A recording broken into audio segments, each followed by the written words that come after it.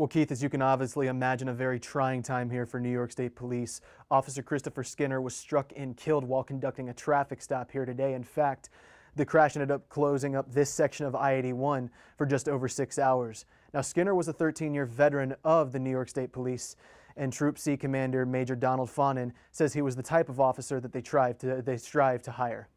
He was a dedicated worker. He worked very hard and took his job very seriously. Officer Skinner had just pulled over a car for speeding just north of Exit 6 on I-81. As he stood next to the car, a pickup truck moved over to the right shoulder and struck Skinner at a high rate of speed, killing him instantly. The driver of the truck was 60-year-old Almond Upton. He drove off-road a few miles after hitting Officer Skinner and fled on foot into a wooded area, where K-9 units tracked him and officers later arrested him.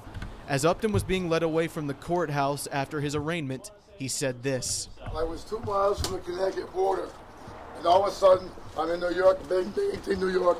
This cop got killed. I don't know how it happened. There had to be a time warp. This is the second officer to be killed while in the line of duty in the Binghamton area in the last 6 months, and the fifth in the past year. New York State Police Superintendent Joseph D'Amico says many units from around New York stepped up to help with the investigation and in the grieving process. We're still mourning, the last loss, and here we are again. We all feel it. We feel the loss, and we feel the pain, and we stand by each other. Now, Upton is being charged with first-degree murder and is expected back in court in 2 weeks after entering a mandatory plea of not guilty today. He has a prior DWI charge in 2008, but D'Amico says he does not believe that he was under the influence of drugs or alcohol at the time of this crash.